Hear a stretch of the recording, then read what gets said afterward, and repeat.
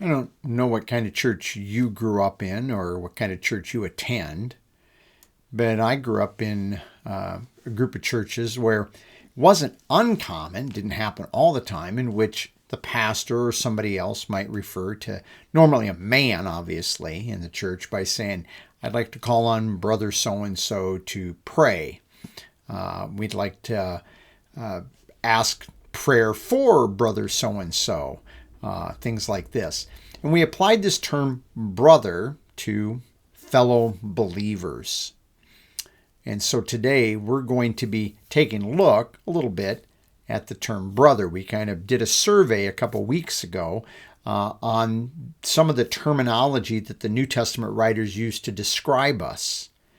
And we were looking at the term disciple because many people misunderstand the term disciple.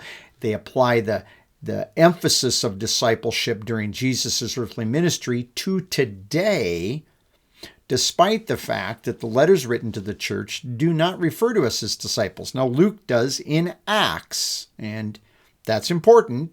So we acknowledge that, yes, we're called disciples, but it has clearly a different sense than we find when we read the Gospels, and it refers to the disciples of Jesus. And I'm not talking again about the 11 or the 12. We're talking about the people that were popularly called disciples that followed him. I'm Pastor Tim Holscher, and we're looking at different terms. What we're really doing is talking about how we interpret our Bible. And we're just trying to show you that a part of interpreting the Bible is reading it for what it says and allowing the context of each passage to determine meaning. So we were showing you that if we look at the term disciple, we see something different going on when we get to the book of Acts than we find when we are in Matthew. Not just because they're different books, but because we have different stipulations laid down by Jesus Christ himself. And some people are going to say, Jesus can't have different stipulations. Well, clearly he does have different stipulations. In fact, even in the time of the Gospels, what he stipulated early in his ministry is different than what was later in his ministry. Case in point, Joseph of Arimathea, that early on would not have been able to be a disciple because he was secretly one. He would have been, doesn't say ashamed of Christ, but definitely for fear that he followed Jesus secretly, versus the end, or that's what he was. We should say towards the end of the ministry, Jesus' earthly ministry is referred to that way, whereas earlier, certainly that would not have been allowed. So even in that time, Jesus made some changes in what he required for discipleship. So we're talking about how do we read the Bible. Well, we want to move on from the Gospels, and we want to take a look at what the Scripture has to say about us, how it describes us in some other terms, and how believers referred to themselves. And so we're going to be looking at the word brother. Now we're going to start in Matthew chapter 5, because I do think it's important. We're not going to spend much time. I'm just going to really look at just a couple of illustrations here in the Gospels. But even here, it doesn't have the same sense that the term brother has when you're talking to us as New Testament believers. This is in the Sermon on the Mount, and Jesus says, notice verse 22 now, "But I tell you, everyone who is angry with his brother will be subject to judgment.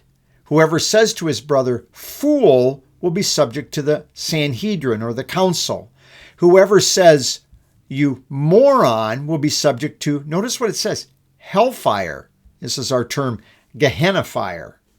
So if you are offering your gift on the altar, there's a gift and an altar there that's being involved, and there you remember that your brother has something against you, leave your gift there in front of the altar first, and go be reconciled with your brother, and then come and offer your gift. Now, this is a very important passage because clearly brother does not have the sense that we're going to see in the epistles, because here, brother, now some of you may disagree with me, but brother cannot refer to another believer, or the person involved that is calling this person or looking at this person as a brother isn't a believer, because there's no way that a believer is in danger of Gehenna fire. Now, I know that there's some people say, oh, Jesus is just using this is hyperbole. And that's a dangerous point to get to and say, Jesus didn't really mean hellfire or Gehenna fire. He's speaking in hyperbole. Because if we do that, then where do we stop in terms, we just, whatever we want, we just say, well, Jesus didn't really mean that. Or Paul didn't really mean that. Or God didn't mean that when he spoke through Moses. He's speaking in hyperbole. Now, granted, there are texts where clearly hyperbole is indicated, but the context indicates it. It's not indicated here. This is a progress of judgment. You have one brother that's angry at another. They're subject to judgment. They're going to face some sort of a judgment. Who is going to judge you today if you get angry with another believer? You could go to the church, and that person could go to the church and say, hey, Tim was mad at me. And you might have somebody in the church say, hey, Tim, were you mad at him? And I'd say, yeah. And they'd say, well, you really shouldn't be angry. You should let go of your anger, Paul says. And I'd go, I know. Is that judgment? Or is that somebody encouraging you to think right?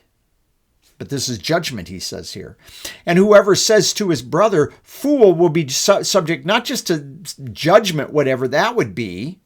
I would say that this is judgment. I really think all this has to do with a coming form of the kingdom.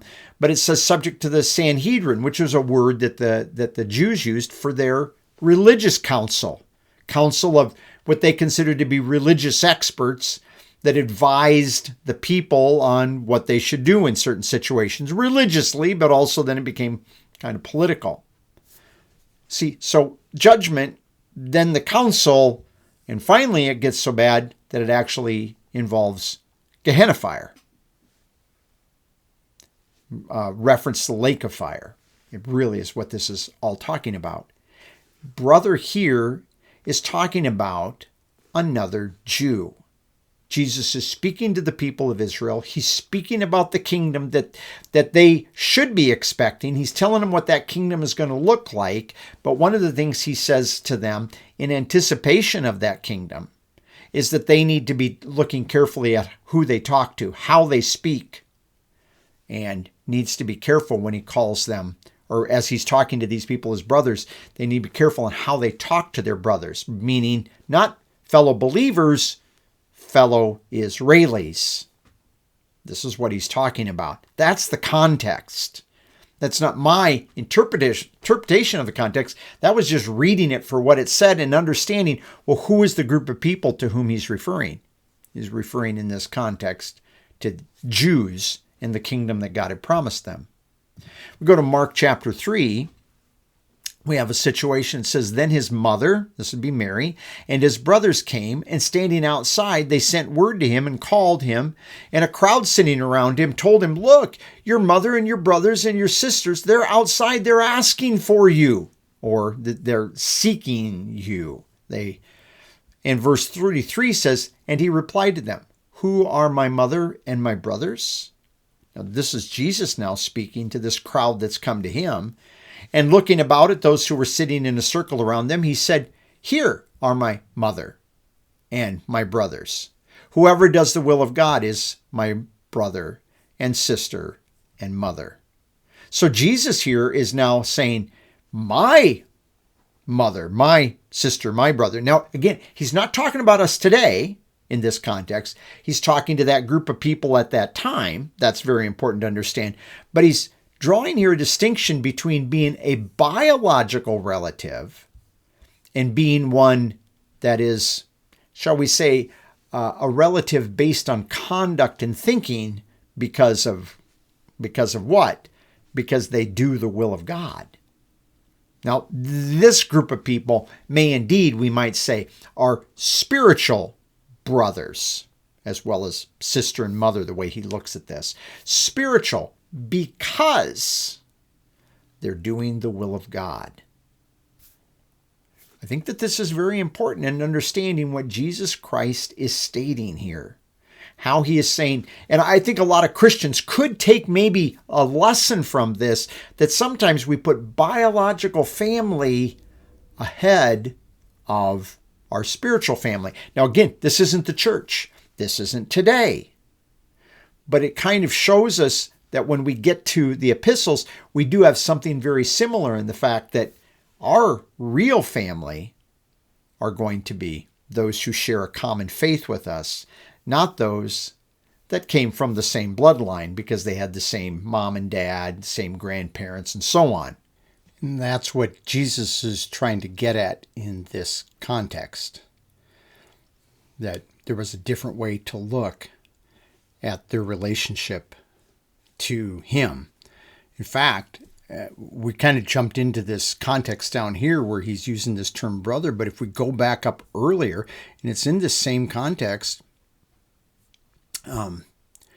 give me just a second here to find this. Verse 20, Mark 3, verse 20. It says, "Then he went home, and the crowd gathered again so that they were not even able to eat. And when his family heard," now family is an interpretation. It's that it's used here.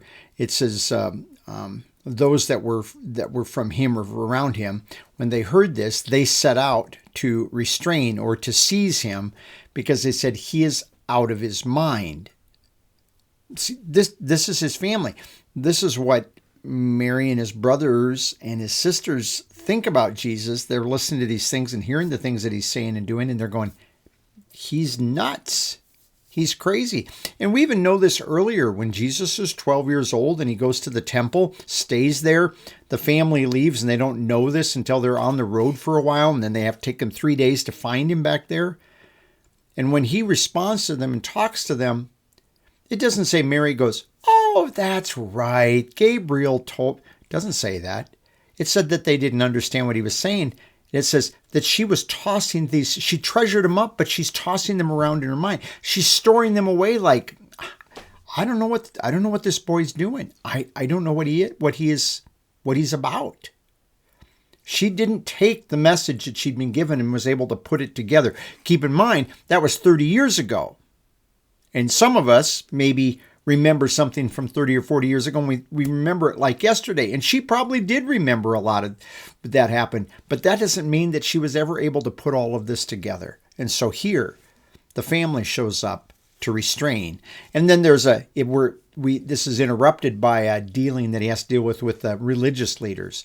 But then it comes down below that they want to speak with him. But we found out what they really want to do. They wanted to seize him because they thought he was crazy. And sometimes that happens.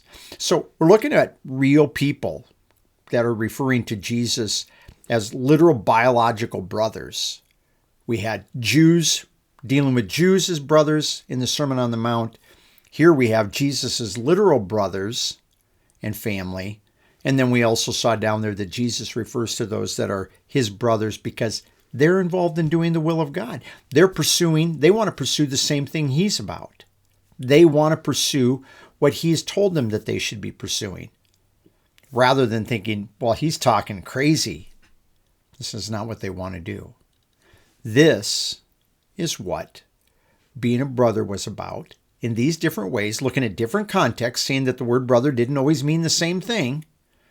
You have to always discern it by context, but this so far has only been in the Gospels. Brotherhood. Very important concept. We're going to come back. We're going to look at a few more verses on brotherhood as it is directly applied to you and I. These aren't about us. These are about Jesus during his earthly ministry. And we're respecting that earthly ministry and respecting what Jesus was saying to these people at that time. Take that. Think a little bit about that. Even think maybe about the implications so we're not applying this to us, what that maybe says about the way we think and act. And as always, have a good day in the Lord, and thank you for joining me.